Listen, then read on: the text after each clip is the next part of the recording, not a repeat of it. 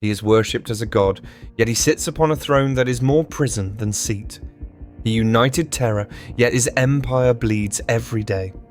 Across countless centuries of history, one will has carried humanity through fire, betrayal, and endless war. This is the story of the Emperor of Mankind, from the shadows of prehistory to the silent agony of the Golden Throne. His origin lies in mystery. Legends tell that in the distant past, when mankind was still primitive, shamans and seers foresaw the birth of powers in the warp that would one day enslave humanity. To protect their kind, they performed a final ritual, ending their lives together and returning as one soul in a single child. This child would be the Emperor. He was born along the banks of the Sakarya River in Anatolia, a quiet boy in a Neolithic village. To neighbours, he seemed calm, watchful, different. But within him were the memories of countless lifetimes. He was a perpetual, an immortal whose body healed without end and whose mind carried centuries of knowledge. Even in youth his destiny showed. When his father was murdered by his uncle, the boy received a vision as he prepared the body for burial. He confronted the killer and, with a thought, stopped his heart. There was no malice, no joy, only necessity. From that act, he understood the need for law, for order, and for guidance. He left his village for the first cities of Sumer. There, he studied the birth of writing, the rule of kings, and the order of law. Over millennia, he would walk the world in many guises, a healer, a general, a philosopher, a statesman. Wherever he went, he shaped events, always nudging humanity towards survival. He walked through ages of empire and collapse. He whispered to inventors, calmed prophets, and tempered tyrants. Yet he could not reveal himself, for mankind was not ready. Other immortals, other perpetuals, walked the earth, but none carried the same vision. He alone saw the greater danger, that the fears and excesses of humanity were feeding entities in the warp. In time, those entities grew into gods of chaos, beings of nightmare and desire. The Emperor understood that if mankind was to reach the stars, it must be guided away from superstition and despair, for these were the very emotions that fed the warp. His purpose became clear. He would be the shepherd of humanity's destiny. For thousands of years he worked in silence, but he knew patience had limits. The age of strife was coming. Warp storms erupted. Psychers appeared in uncontrolled numbers, and human civilization across the galaxy collapsed. Terra fell into ruin, divided among techno-barbarian warlords, each ruling with brutality and ignorance. The time for shadows had ended. He stepped into the light as a conqueror. To unify Terra, he created warriors of unmatched power, the Thunder Warriors. Towering, brutal, and short-lived, they were forged for battle alone.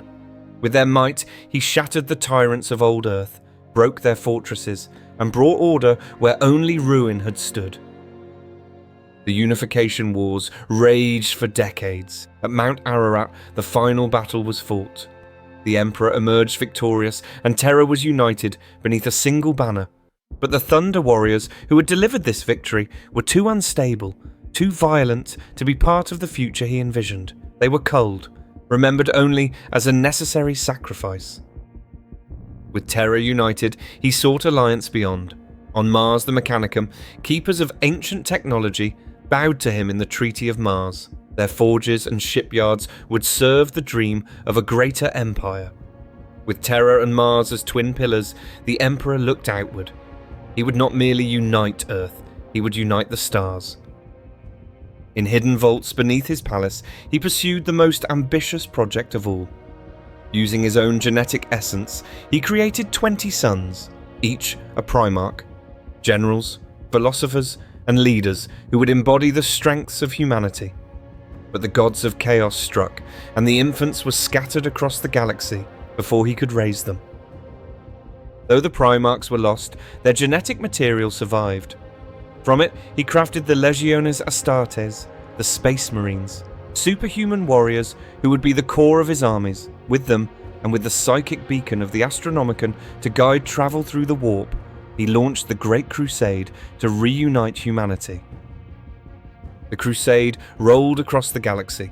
Human worlds, long cut off during the Age of Strife, were rediscovered. Some were freed from alien oppression, others were brought into compliance. The Emperor's vision was the imperial truth, a creed of science, reason, and unity. Religion was cast down, superstition destroyed. Mankind would stand only on truth. As the crusade expanded, the Primarchs were found one by one. Each had grown to rule the worlds where fate had cast them. Some were kings, some warriors, some scholars. When they were reunited with their father, they were given command of the legions made from their gene seed. Together, they became the spearhead of conquest. Among them was Horus, the first found, raised close to Terra. He marched at his father's side for decades, and their bond was stronger than with any other son.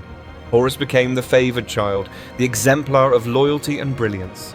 In time, that bond would be both the Imperium's strength and its greatest weakness.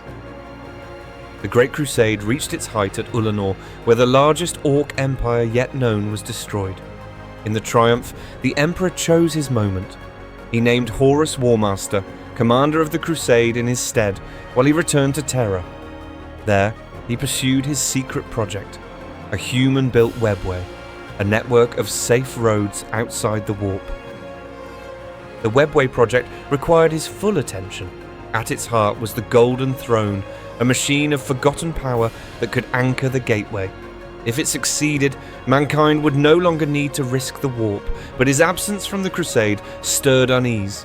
Many Primarchs resented Horus's elevation above them. Seeds of rivalry began to grow.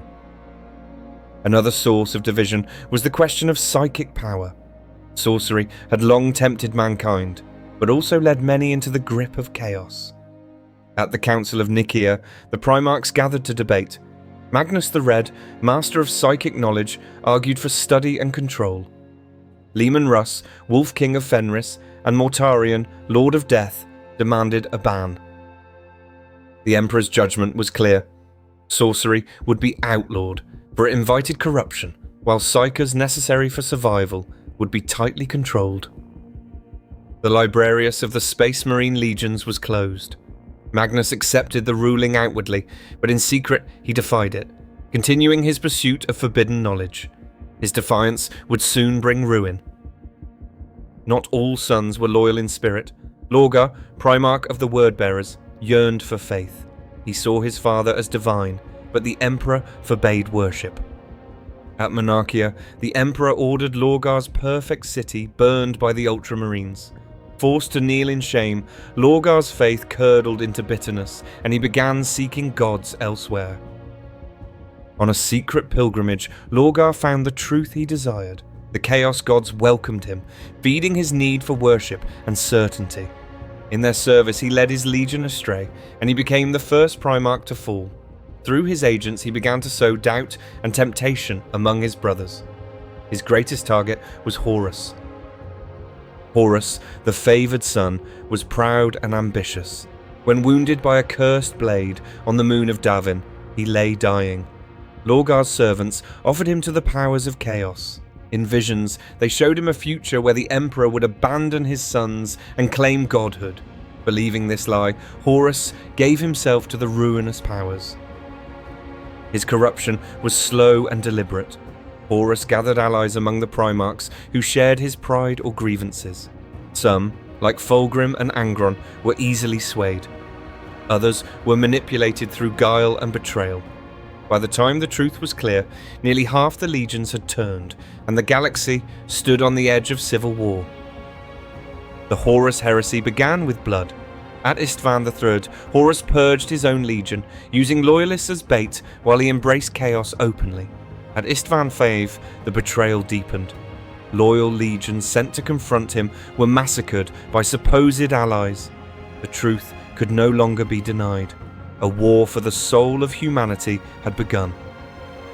For 7 years the galaxy burned.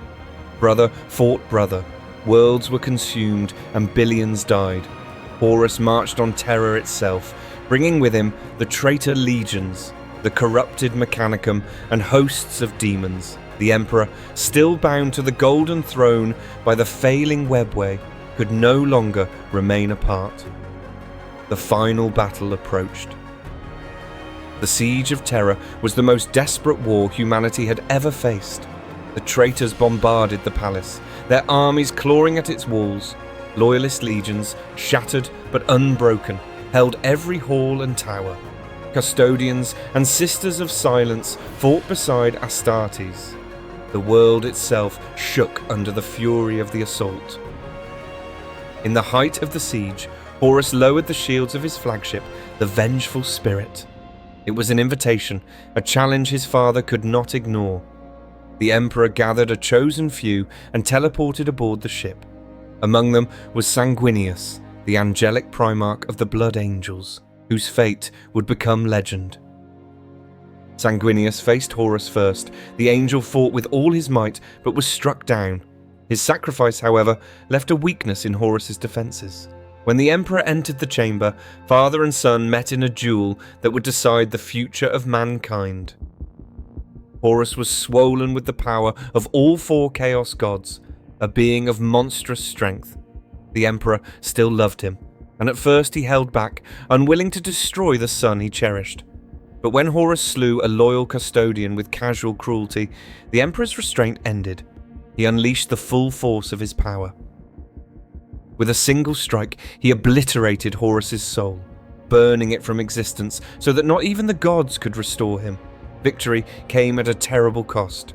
The Emperor was mortally wounded, his body shattered, his spirit burning. Rogel Dawn, Primarch of the Imperial Fists, carried him back to the palace in grief. To preserve him, the Golden Throne was remade into a life support system. Malcador the Sigillite, his most trusted regent, gave his life to hold the throne until the Emperor could take his place. Interred within the machine, the Emperor's broken body lingered, while his mind stretched across the warp to guide humanity. The heresy ended, but the dream was broken.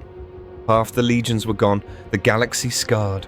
From his prison throne, the Emperor could no longer speak, but his will still shone as the Astronomicon, the psychic beacon that allowed ships to navigate the warp. His sacrifice kept the Imperium alive. In time, faith filled the silence. Though he had forbidden worship, the people of the Imperium came to see him as divine. The imperial cult rose, declaring him the God Emperor of mankind. Cathedrals and shrines spread across every world. Billions found strength in this faith, though it was far from the future he had envisioned. 10,000 years passed. The Imperium endured, vast and unyielding, but stagnant and repressive. Technology decayed, freedom vanished, and superstition flourished under the banner of the very man who had sought to banish it. The Emperor endured in endless pain, unable to die, unable to guide directly, yet still holding chaos at bay. In recent times, hope stirred again. Robute Guilliman, Primarch of the Ultramarines, returned from stasis with the aid of alien craft and desperate faith. He stood once more at the head of the Imperium, speaking with his father upon the throne in words no one else would hear, before launching the Indomitus Crusade to defend humanity anew. Yet, the Golden Throne is failing.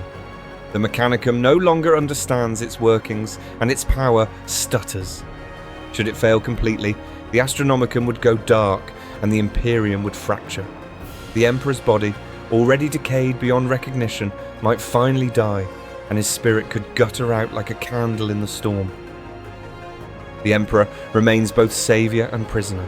He wanted a mankind free of gods, yet he is worshipped as the greatest of them. He dreamed of a rational age, yet his Imperium is ruled by fear and dogma. Still, he endures, for his death would unleash horrors that would consume everything. His life is a tragedy and a triumph, a child who became a ruler, a father who destroyed his son, a god who never wanted worship. For countless millennia, he has suffered so that humanity might live one day longer, always one day longer. So his story remains unfinished. As long as the throne burns and his will endures, mankind still has a chance. Whether the Imperium collapses into darkness or finds a better path rests not only on him, but on those who live in the shadow of his sacrifice.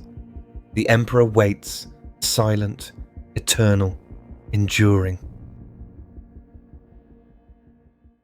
Hey guys, thanks for watching. If you enjoyed the video, don't forget to hit that subscribe button for more great stories. Cheers.